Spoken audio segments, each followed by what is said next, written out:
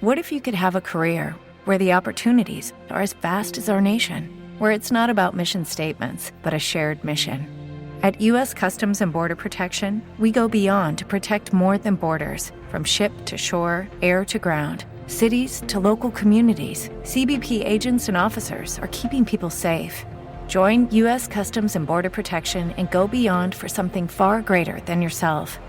Learn more at cbp.gov/careers. What's the easiest choice you can make? Window instead of middle seat? Picking a vendor who sends a great gift basket? Outsourcing business tasks you hate? What about selling with Shopify?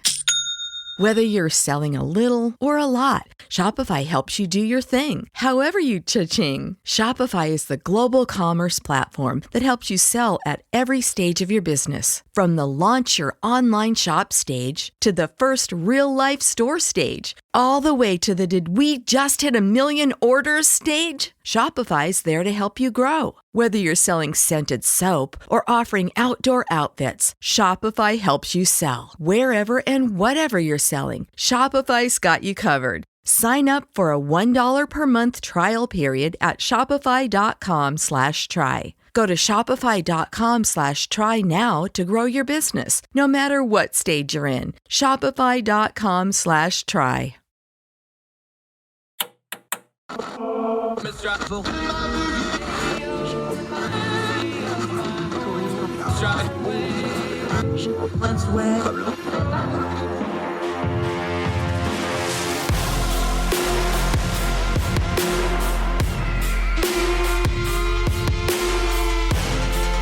your host, Andrew Donaldson. This is Heard Tell. Welcome back to Heard Tell. I'm excited about this one. We wanted to talk Mike Pence, so we got the guy that wrote the book on it. Literally, in this case, he's got a book out, Piety and Power. He wrote the book on Mike Pence. We're going to talk Mike Pence. Tom LoBianco, he is a political reporter with Yahoo News. Good guy. Comes highly recommended from our mutual friend, Eric Garcia. So we'll say hi to him. How are you, my friend? Appreciate your time today. Thank you. Thank you so much, man. Excited to be here. Joining us from an undisclosed moving location because he's a busy man, but that's okay. Tom, take us back because a lot of people didn't know who Mike Pence was pre-Trump. So all they know is Trump-era Pence. Yeah. That's not the Indiana Pence. Take us back to Indianapolis. Take us back to Indiana. Yeah. Who is Mike Pence and where did he come from? Oh, boy. Great question. You know, when I wrote the book, and I was, doing my research, and I'll just, quick background around me. I've been covering Mike Pence for 11 years. I get this question now occasionally. They're like, why did you pick Mike Pence to cover, the world's most boring politician? And the short answer is I didn't exactly pick him to cover. I was on contract with the AP covering the State House back in 2011. Well, so Mike Pence, when I was covering him, I always underestimated him. And we also had a bigger race out there too. This Dick Lugar Senate race going on back in 2012. And I focused more there because that's where more of the action was. But what I found with Mike Pence, as I was doing the research for this book, the more that I covered him, and the more I saw him in a different light, the more that I saw him in a Washington light as well as an Indiana light, I stopped underestimating him. So a couple things to know on Pence, which I think we in the press sometimes miss, and there's a reason that we miss him. And I also think it's purposeful too. I mean, he's a very calculated politician, even at this moment, is you don't have to be exciting to be successful sometimes. You have to know your audience. And I've noticed that this week in particular, we're coming off of the Trump-Pence showdown, the return to DC, in particular for Trump, since, for the first time since January 6th. I think this was Pence's second trip back to DC since then. I think he did a Heritage Foundation event last summer. And I see a lot of the coverage saying, come on, Mike, you missed your moment. This was the pictures of the guy who was sitting in the loading dock, calling in the National Guard, calling in the military to put down what by all accounts what appears to have been the first attempted coup, federal coup in American history. Where's that guy? Where's Mr. Take Charge?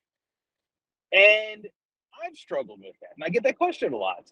And I think the answer is in his past. And the answer is in his communications and knowing your audience.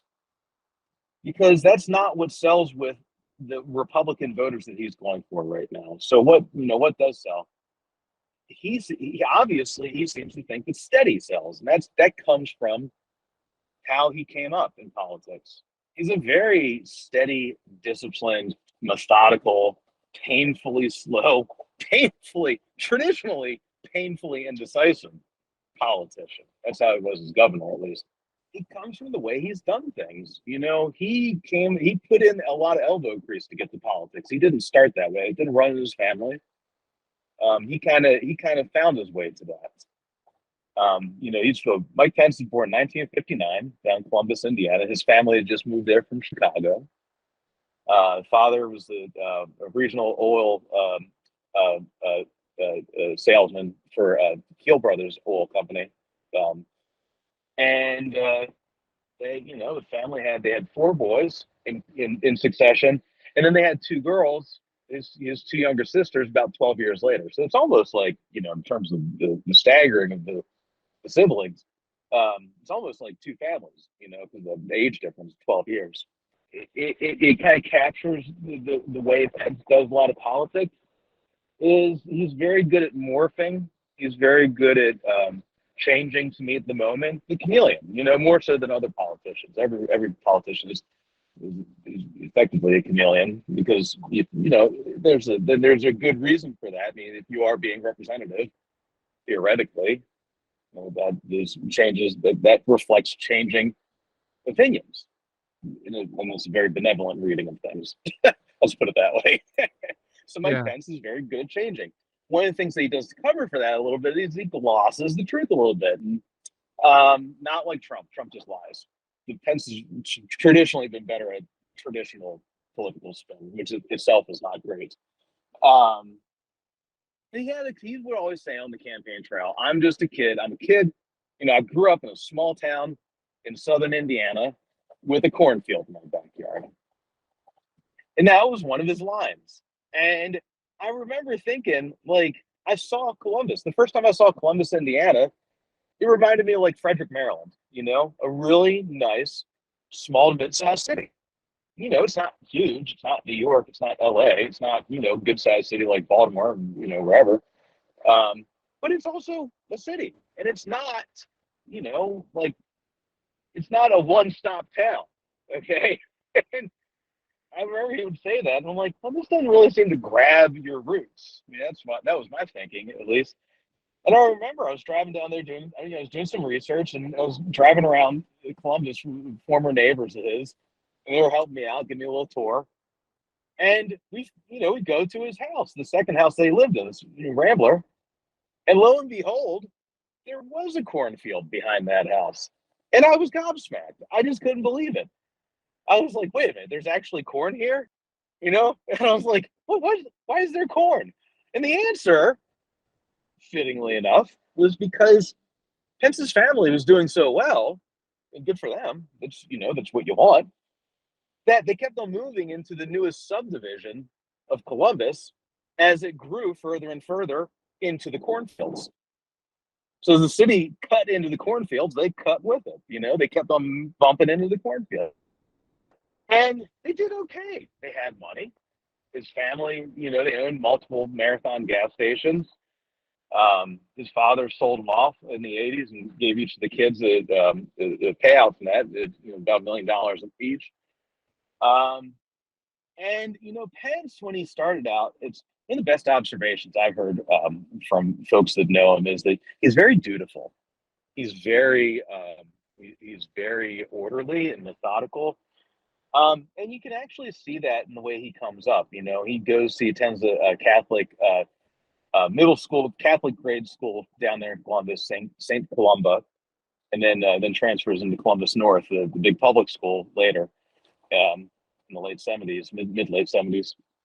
And his debate teacher back then, his speech coach and teacher in middle school, I always talk about how wonderful he was at remembering things and wonderful he was at understanding and grabbing the details and repeating them back. And, anybody who's listened to a Mike Pence speech and, they're not exciting. And I've been listening to them for 11 years. They have not changed an awful lot. Knows that he's very good at repeating things back almost verbatim. So that's kind of like how he approaches a lot of things. He's very directed. And looking, not getting too far ahead of ourselves here, you actually saw that on January 6th. And again, you actually see that in the title of his memoir that's been coming out. So help me God. It's a reference to his duty to the oath of office. It's the same thing that his top advisor said in January 6th hearings. Mark Short, he chose his loyalty and his duty to the Constitution over his loyalty and his duty to one man, Donald Trump.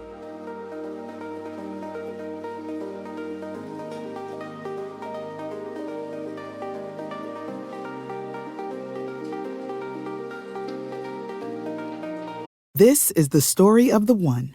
As head of maintenance at a concert hall, he knows the show must always go on. That's why he works behind the scenes, ensuring every light is working, the HVAC is humming, and his facility shines. With Grainger's supplies and solutions for every challenge he faces, plus 24/7 customer support, his venue never misses a beat. Call quickgrainger.com or just stop by. Grainger, for the ones who get it done. What if you could have a career where the opportunities are as vast as our nation, where it's not about mission statements, but a shared mission? At U.S. Customs and Border Protection, we go beyond to protect more than borders. From ship to shore, air to ground, cities to local communities, CBP agents and officers are keeping people safe. Join U.S. Customs and Border Protection and go beyond for something far greater than yourself. Learn more at cbp.gov/careers.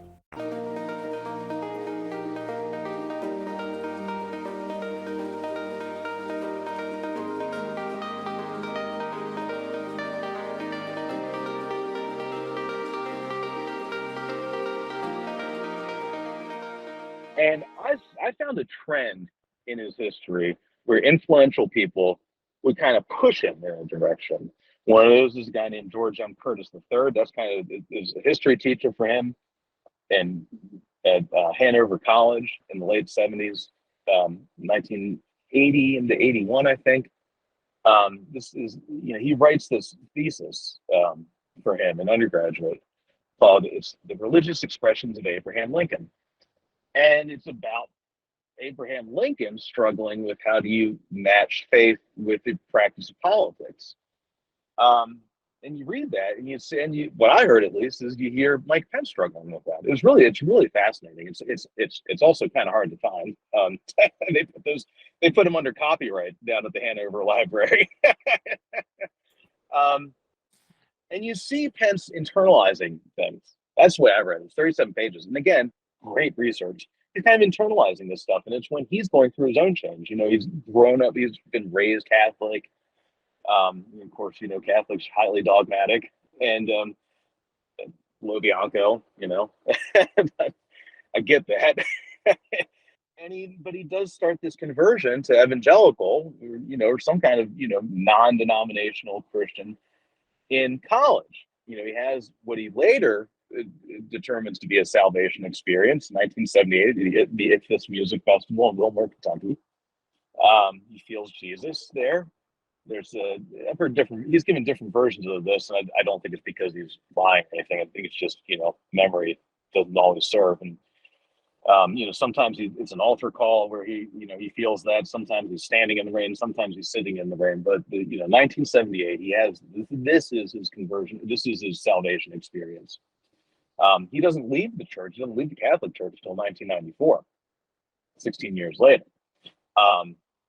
They're all kind of benchmarks along the way that you can use to see this. Him and his wife meet at a Catholic church, St. Thomas Aquinas, up in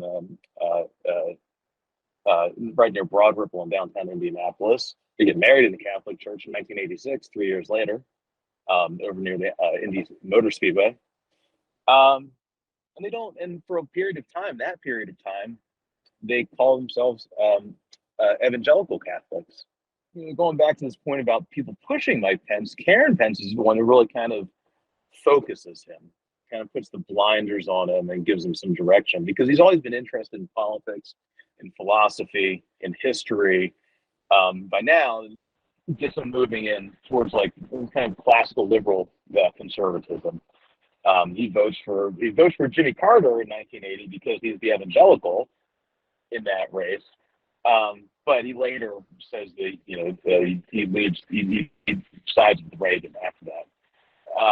And Karen Pence does something similar. You see that after they get married, Pence gets more concerned about actually practicing politics, and he starts into this running into a race for Congress, 1988.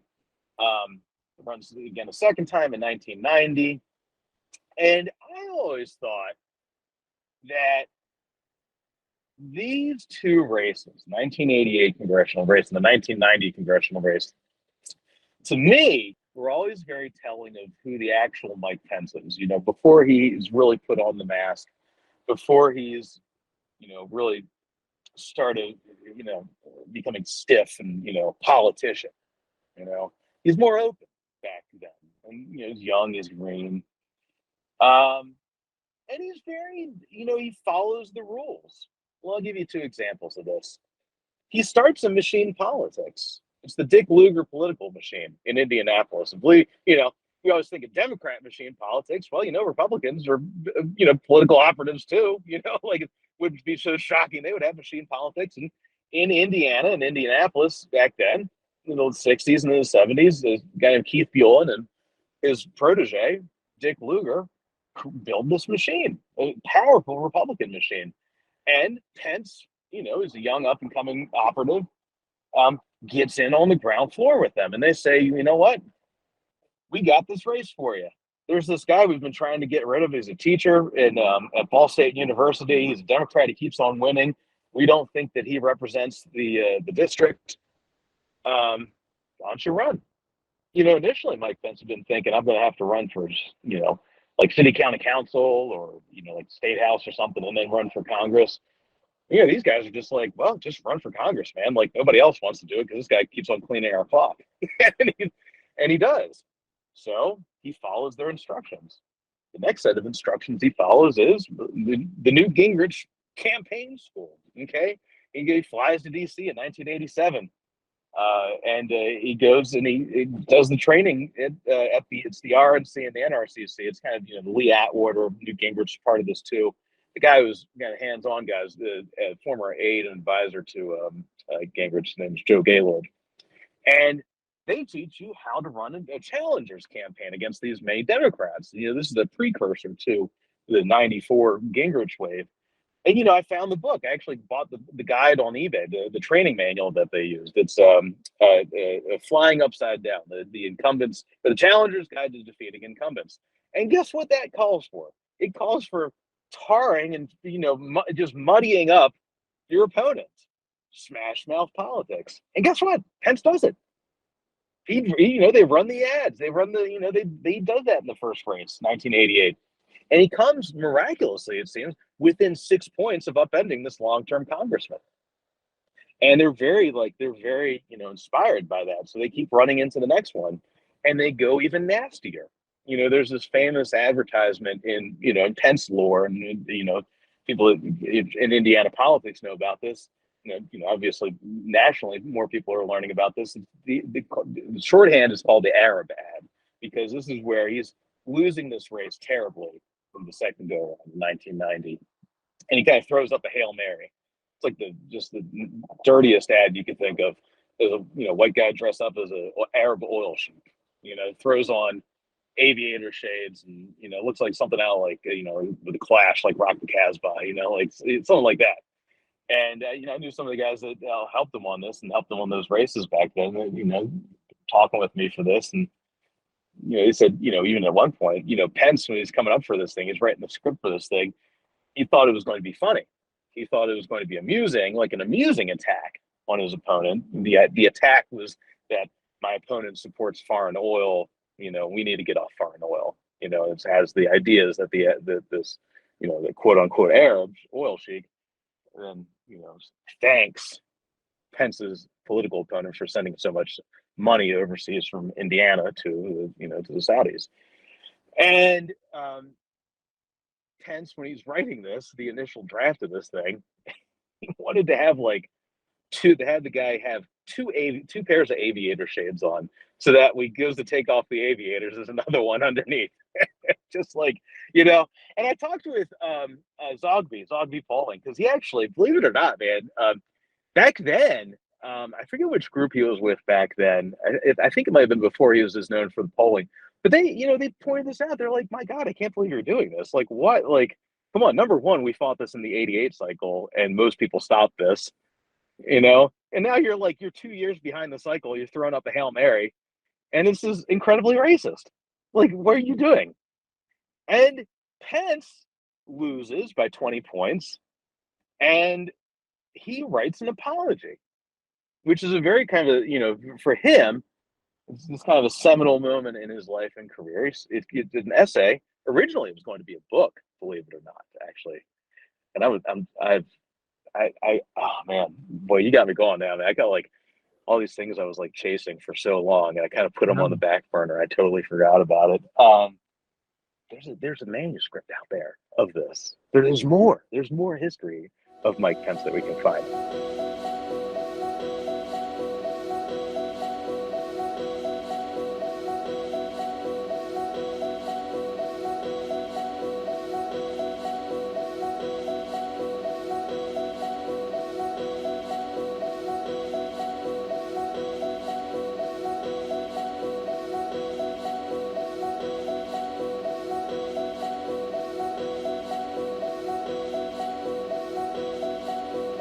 There really is, and I mean, I tried to find as much as I could, but there's so much more on him, and I hope that he'll reveal more of himself, because he is, he, as it turns out, has become an important figure in American history. But what ends up coming of this is he writes an essay, and it's published in August of 1991, I believe, called "Confessions of a Negative Campaigner," and this is, he says, and his aides present this as, atonement. He has apologized, particularly Arab ad, but more generally for the attacks that he ran against his opponent, Phil Sharp. And this kind of creates this persona of nice guy Mike Pence. And his people say that this is who he is really. And I think there's a lot of truth. There's a good bit of truth to that. And again, it's always you always got to go the next step with him in the reporting. You always got to find out just a little bit more. I was doing the reading on this, he was using it as a media tour almost to keep his name in the press. And one of the reporters for the Indianapolis Star back then, Pat Traub, said, asked him, he said, well, Mr. Pence, you wrote this essay, you apologized for the campaign. Have you called up Phil Sharp, your opponent, and apologized to him? And Pence says, no, I have not. And Trump's like, well, okay, so why are we talking? Should you be talking to him? And he's like, well, it's a confession. It's not an apology. I'm not apologizing to him. I'm just confessing, I'm atoning. And it's like, well, okay. Now they don't talk about that part, Mark Short doesn't go on the Sunday shows and say, well, it wasn't an apology, it was only a confession. I'm not even sure what the difference is, myself. You only got so much bandwidth to cover these things. Yeah, there's some theological stuff that's really deep right there, but the long and the short of it, to get it into one or two sentences, is you can confess all you want to. If you want forgiveness, there's got to be some communication involved. So if you're not communicating, you're not really after forgiveness. You're after something for yourself. I didn't need to study theology for 20 years to know that part of it, but that's the long and the short of that one, I believe. Well, and you know what, man? This is clutch for understanding Mike Pence, because when you understand the faith and his practice, it's easier to separate out the politics. Because in a very real way, he does not let his practice bleed into his faith practice bleed into his practice of politics. And I'll tell you a great little anecdote from his 1988 race. Brian Streeter, who is a senior policy guy was a senior policy guy for him. He's over at American Enterprise Institute now. He was in college at Bible College up in Illinois. I think it was outside Chicago. I can't remember where exactly. Back in the late '80s, and he comes back to Indiana, and he's like 20s or late teens, early 20s, and his family says, "Hey, there's this guy that we know is going to run for Congress. His name is Mike Pence. He's looking for some interns. Maybe you could help him out." And basically becomes his driver on the 1988 campaign. And there are these great moments these two have in the car, just driving through cornfields out near Richmond, Indiana. There's actually, I forget the number of the highway. It's actually it's a famous highway. It's called like the Highway of Vice Presidents almost, because like there's so many vice presidents from Indiana grew up on or near this highway in this stretch from Fort Wayne. Dan Quayle's up in Huntington, Indiana, which is up at Fort Wayne, up near Michigan, down through Richmond, which is like kind of like a parallel to the Ohio border. And they're driving, and they have this moment. Pence is still, he's still figuring things out. He's still figuring out his own religion, his own faith, his own personal feelings almost. And he's talking with Streeter. He's versed in the Bible. And you Catholics aren't always versed in the Bible. You get like that modicum of separation from it, to say the least. And they're quoting verse to each other. And, he has like, I forget the exact verse. He has it like laminated in his glove compartment. And Brian Streeter does like a pop quiz on him, asking him to recite the verse. And he does really well with it. Again, that methodical nature of Mike Pence, that disciplined nature. But one of the things that they're debating around this is, how do you practice the faith in the political arena? How do you keep yourself? How do you not lose yourself? I'm really glad you brought this up. I'm really glad you mentioned that, because like it's got me going now. It's got the wheels spinning. It's he's struggling with it, and you can see him trying to figure this out. And I think about that now because of all the struggling you see him doing in politics, and with Trump. How do you do the right thing? When do you run for president? Is running for president the right thing? I mean, I do think that, from all my reporting, people make fun of him for this. I've seen some people say that, Pence is a person who believes he's predestined for the White House. And that, based on my reporting, that is not correct. I have not seen that, and everyone I've talked with around him does not. That's not how he works. He does his check-ins.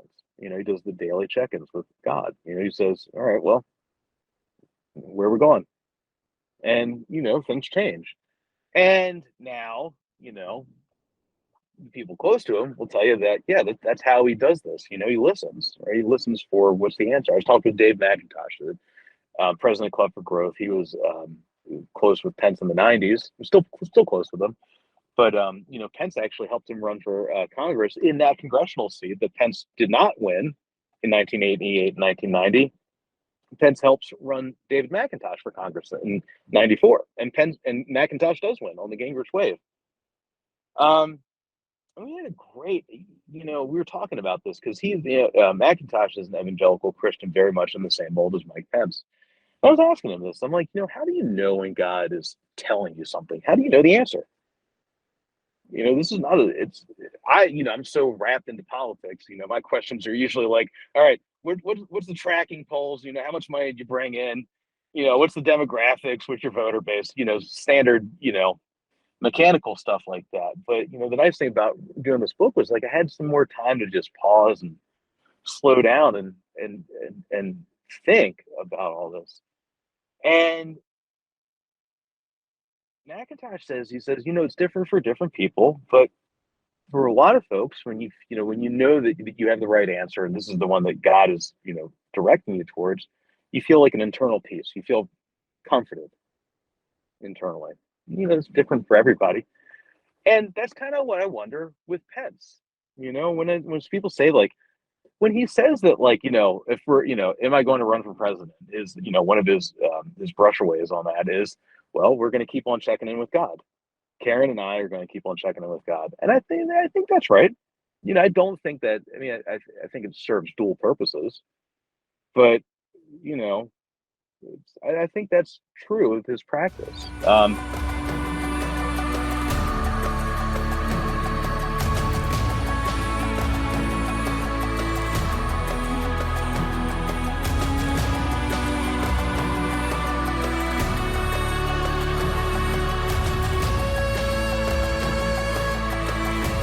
It's complicated, man. I'm still, boy, I haven't thought about this in a while.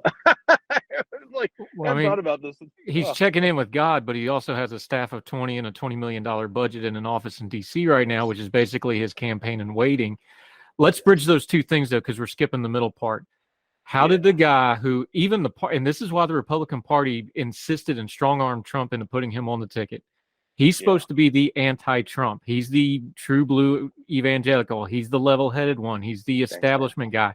He has the political background from going through things. He has the executive background. That's who that guy's supposed to be. Right. How did he become that guy? So in 2016, and I think the thing to remember here in particular with that race is that, there are a lot of people who were not wanting to be Donald Trump's vice president. I write about this one example in the book where Bob Corker, former Senate Foreign Relations chairman, goes to meet with Trump, and he doesn't want to take the meeting because he doesn't want to be with Trump. Right. And they're just like, "Don't come on and do it anyway." He goes up there and he rides up to Trump Tower, meets with Trump, and he basically is very polite and he says, "I'm not interested." And after 30 minutes, Trump alerts him. He says, "Well, the TV camera's downstairs." And he's like, "Oh, okay, don't worry about it. I won't say anything. I'll respect this conversation." And Trump's like, "Well, no, you just go down there and tell them that I offered it to you." And he's like, "But you didn't offer it to me." He's like, "Yeah, they don't know that. Just tell them that." Really, just that blunt about it. I mean, I've never covered anybody like that in my entire life. Hey, man, dude, your hair's on fire. Yeah. No, it's not. Yeah. That's basically right. That's the ethos of that guy. It's really like, anyway. So, but it's so contradictory to what you painted out as Mike Pence. Not to be hard. I mean, there's no other logical explanation here. This was a calculated decision on the part of Mike Pence. He did a pros and cons, and he decided this is the wagon I'm going to. Now we understand politically he was kind of dead-ended in Indiana for a couple different reasons. Yeah. He made this decision to hitch up with Trump, and everything from that moment till now is dealing with that decision. No, right? Yes. What's fascinating about that is, and I write extensively about that. There's a 2-week stretch in July 2016 where things kind of come together. The Trump campaign plane pops a flat in Indiana, and he gets stuck there, and it kind of forces him into signing up Pence. And it's been out. I put a lot of that out there already, but I will tell you that when in this decision making, the kind of the calculus for Mike and Karen Pence, remember too that they do work as a joint operation. So it's really the two of them. Is that it's the same calculation everyone else is making. It's the same calculation that Mitch McConnell makes. Not Kevin McCarthy. I'm sorry, Paul Ryan, but for other Republican leaders, which is Donald Trump won't be a problem in 4 months because he'll lose. Because my God, how could this guy win the presidency? Like, everybody's operating under that assumption. And one of our tells on this is that we know about this in particular is because Pence's aides are going out there and telling Republican donors, lining them up for a presidential run in 2020, saying, "Hey, hop on board now, get at the table early, and you'll be there with the possible front runner because Pence will have run on a national ticket with Trump at that point. Theoretically, will not have been too politically damaged. And there does come, one key moment of truth. I mean, it's funny to think how quaint this sounds given all that we know now. But think back to October of 2016, the Access Hollywood tape where Trump, brags about molesting women and popping Tic Tacs so he can molest women. And and Pence has a decision to make whether they hop off. That's probably where he should have gotten off, the train, but he didn't. And they both decided to stay on there. And it was a political calculation. Obviously they prayed with it too, but it's impossible to avoid the politics of that. And it led them right to here.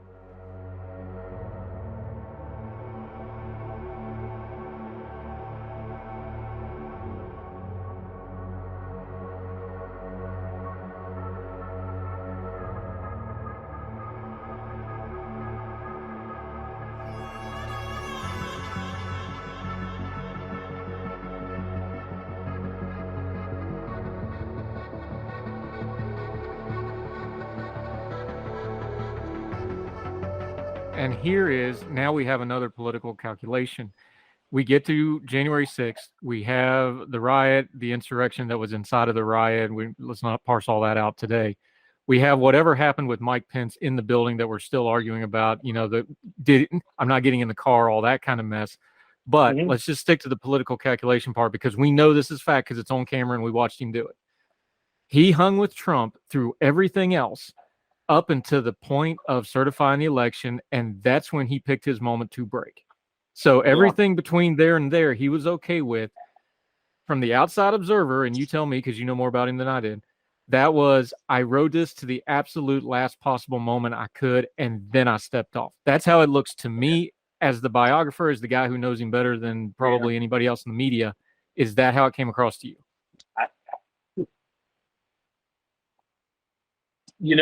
On January 6th, when he wrote that letter, and I remember, I was writing a story. I was in the middle of writing a story about that letter because it sounded like the guy that had been subsumed by Donald Trump. It sounded like the real Mike Pence, the guy that used to study Russell Kirk. It sounded like who he is inside. And I was astounded by this. I was like, wow, where was this guy for the last 4 years? Right or wrong, it's a reflection of character, his character.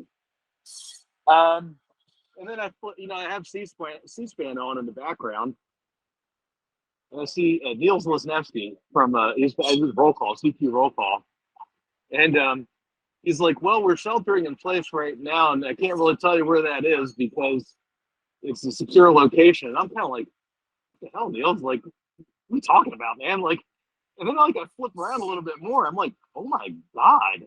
I'm like, wait a minute, is this real? Like, is any of this real? It's like right after 1 o'clock on January 6th. And I'm like, oh God, like, and I thought, as this all unfolded and as we saw him act on that day, I thought, wow, maybe Mike Pence is finally being himself. And then 3 months later, he's back on the campaign trail, more or less running for president in 2024, hasn't stated it, not talking about January 6th, calculating again. And I am vexed by this. I really am. I'm still vexed by this because, again, this week, sometimes we see him have like little flashes of courage where he'll say, Trump was wrong on January 6th. And that gets everybody, a Twitter about it, and we all write stories about it. But then he goes back to talking about how, great everything was when they were working together. And boy, wasn't January 6th just a, quote, tragic day. And it's a lack of, it doesn't, like, calling it a tragic day doesn't, I mean, would you call Pearl Harbor a tragic day? It just doesn't, it doesn't ring correct. And I see him struggling with it. But again, the flip side of this, which I always come back to, is knowing the political audience and what he's trying to do, which is running for president. That's what it looks like. He's not declared. He's not, he hasn't said it outright. He's doing the actions. I mean, you don't hang out in New Hampshire, Iowa, South Carolina, Nevada, unless you got big plans. Okay. And in some sense, and this is what the Trump people will tell you, it's almost like a revenge tour. Trump tries to get him killed or almost gets him killed on January 6th because he's, staging this coup. This is how you do it. It's similar to the Mitch McConnell calculation. You don't beat Trump, and I do think this is correct in the politics moment. If you were on the Republican side, where the vast majority of Republican voters do believe that January 6th was either not a coup or not an insurrection, or a smaller subset believes it's a false flag operation, or whatever. There's no evidence of any of that. How do you address that? If you're running for those votes, how do you do that? I always have to bring myself back to that, because in this moment in politics, we just don't have clarity in that world, in that side of things. It's not. I'm sure there's a Democratic corollary, but I'm so awash in this right now. I'm having a hard time finding it.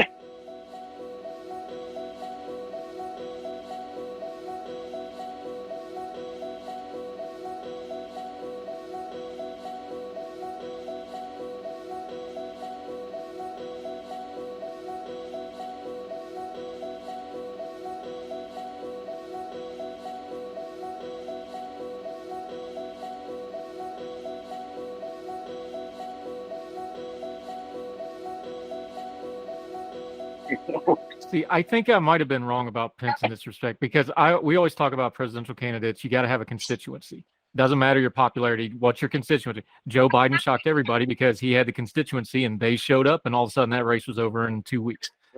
Yeah. I always said Mike Pence doesn't have a constituency, but as we've talked through this, the biggest constituency that made Donald Trump president was the same ones that we're dealing with January 6th, was the same ones that Mike Pence is thinking about now. It's those evangelical Christians and Republicans and conservatives, and I'm going to use that term broadly. We'll argue it some other day. Sure. It is what it is.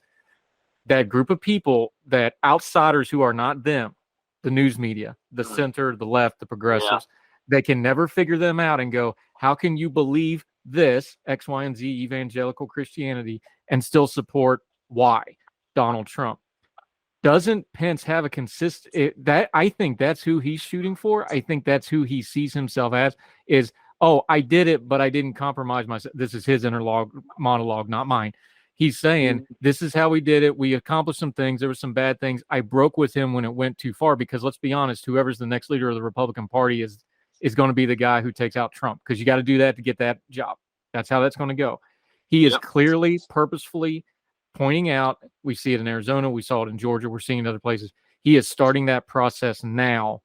This is another political calculation. So my question to you is, this is unfair, but it's your job because you wrote the book, is which Mike Pence is this? Is this the calculated one? Is this the real Mike Pence? Or is Mike Pence, to use an old wrestling term, has he believed the gimmick because he's been running for president for 6 years, and this is who Mike Pence is now? Does he believe the gimmick? Because I think the cultural Christianity Mike Pence gimmick is just who he is after 6 years of being it. I'm going to tell you a great. Okay, so you ready? I did dissect this in the book, and it's okay. So I had this question too. Why is Pence, who goes to Greenwood Community Church in Indianapolis and 96th Street Community Church? I attended service at 96th Street Church, and I did not hear people, spewing, brimstone and fire and talking about how he, got a drawn quarter gaze because that's an affront to God or whatever. I did not hear that in the service, and I did not hear that from the people that I know that attend service there. That's not that type of church. And everything I could find is that's not that Mike Pence's type of practice. I talk a lot about in the book about premillennial dispensationalism, because that is a thing that feeds into this concept of Trump as a savior character. Even too, Pence's people would even talk about him in this sense. When Craig Jacob in January 6th hearing said that he turns to Daniel 6, he brings, reads that. I'm getting tingles right now thinking about it. I get chills, man. It's really, I do. Every time this comes up in the hearings, man, I just get chills. That's Daniel and the Lion. And look who the protagonist is. Pence is a Daniel character to his people. This is how they talk about him. He is a Daniel. He is the slave who is a faithful servant to the tyrant and to God. Again, the dutifulness. Yeah, I know, man. Right? I get chills just thinking about it because there is a depth to the character, but there's also, and there's also a depth to the BS too. That's also part of it. Trump is such a surface level character that it's easy to forget that there's layers to other humans. Like Trump is a pretty transparent person. A lot of other people are not. See, that's where I draw the line between Trump and Pence. And maybe this is unfair, but this is just me being, a political observer and an analysis and a writer and a host of media. Mm-hmm. Trump is what he is. He's true to who he is, although I disagree with lots of it. I think that's bad. I think it's been bad for the country. He is who he is. That's his natural state. I don't see anywhere where the Mike Pence stuff isn't far more calculated. There's just, and I'm just going off action. There's just no other way to call it. Trump's just doing it the way he thinks he ought to do it. It's just who he is. Pence is navigating around this, and the problem with navigating around it is you have to be calculated. And the more calculated he is, the more apparent he is that the all shucks, God loves me and Ma just trying to get through life here. Yeah. That last tweet about Trump, that was stone cold. Like he is more calculated by the day and by the tweet. This is just me observing it as mostly unbiased because I didn't vote for him. Mm-hmm. I think he's getting more and more calculated because this is learned experience for him over the last few years. Yeah, I'm with you, man. Yes, a couple things on that. He is calculating. And that's this whatever pre-campaign for president in 2024 that we're watching right now, and most people do expect him to run for president, is calculating. He's picking in his shots. He did, Brian Kemp showdown in Georgia, and he won that one. He won that proxy battle. Got another one coming up with Wisconsin. He is incredibly calculating there. And it does make me wonder, I still wonder about, who is the core of this guy. There's certain things that, very much, very obvious about is the core of him. Pro-life, anti-abortion, 100%. And there's a good barometer for that, which is you look at the rest of the hypothetical to the prospective 2024 field, and they're running away from it. Donald Trump, who, should get the political credit for this, for putting 3 justices on there. Yeah. Or arguably McConnell should, anyway, but he's running from it. He's saying we shouldn't be talking about this.